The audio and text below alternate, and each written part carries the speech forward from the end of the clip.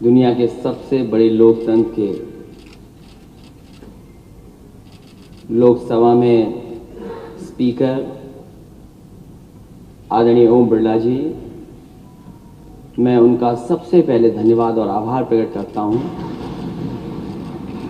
कि आप उत्तर प्रदेश की विधानसभा में आदरणीय स्पीकर साहब और सरकार के एक नई योजना के कार्यक्रम में शामिल हो रहे हैं, जहां उत्तर प्रदेश की ये सबसे बड़ी विधानसभा है।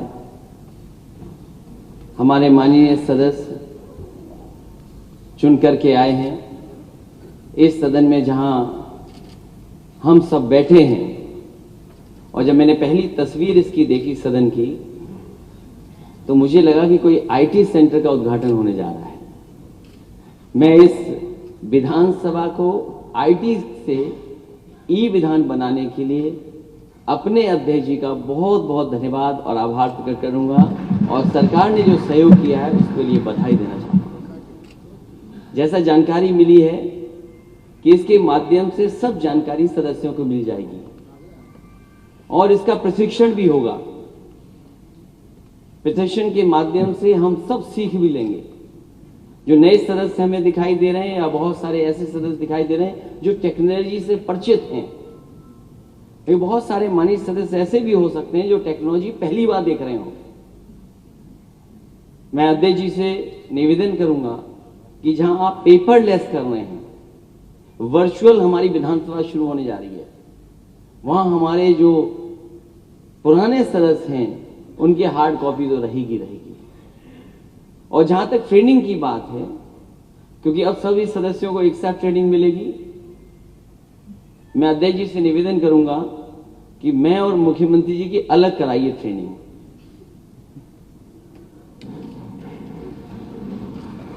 क्योंकि पता नहीं हम लोग जानेंगे चीजें कि नहीं जानेंगे, इसलिए अगर ट्रेनिंग से पूरा होकर के आएंगे तो इस टेक्नोलॉजी को समझ सकेंगे।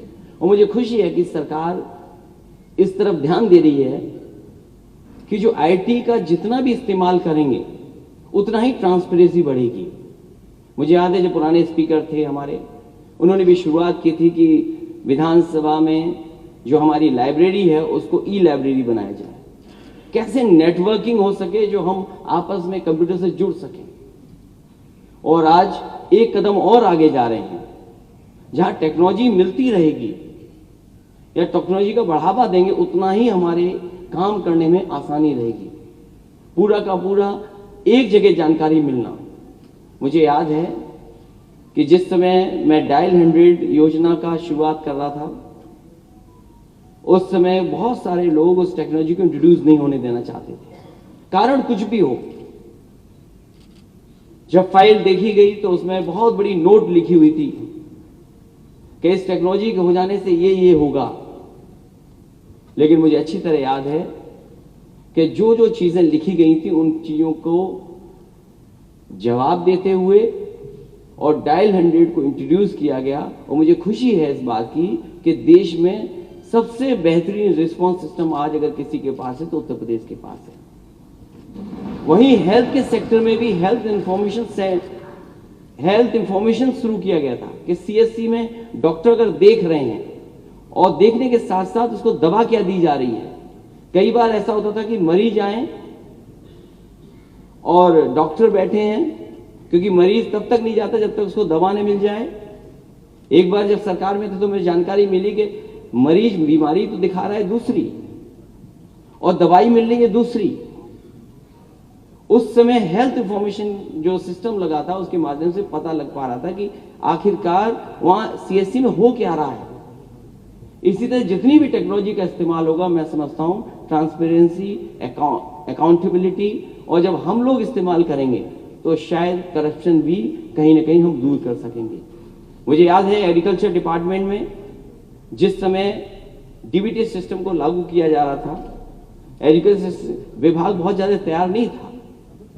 समाजवादी सरकार में पहली बार 1 करोड़ का डेटा तैयार किया गया था फार्मर्स का, और उसके इंट्रोड्यूस होने के बाद आज शायद उत्तर प्रदेश वो बड़ा प्रदेश होगा जिसमें सबसे ज्यादा किसानों को डीबीटी सिस्टम के माध्यम से, जो दिल्ली की सरकार योजना चला रही है उसके माध्यम से सीधा सीधा लाभ पहुंच रहा है।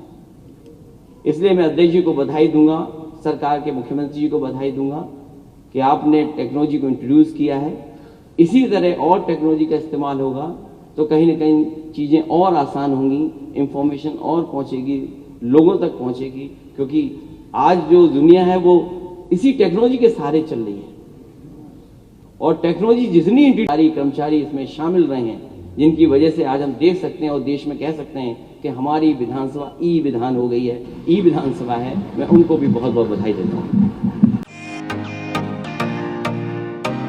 फेसबुक और यूट्यूब के बाद अब आपका पसंदीदा चैनल न्यूज़ 18 डेली हंट पर भी फॉलो करें।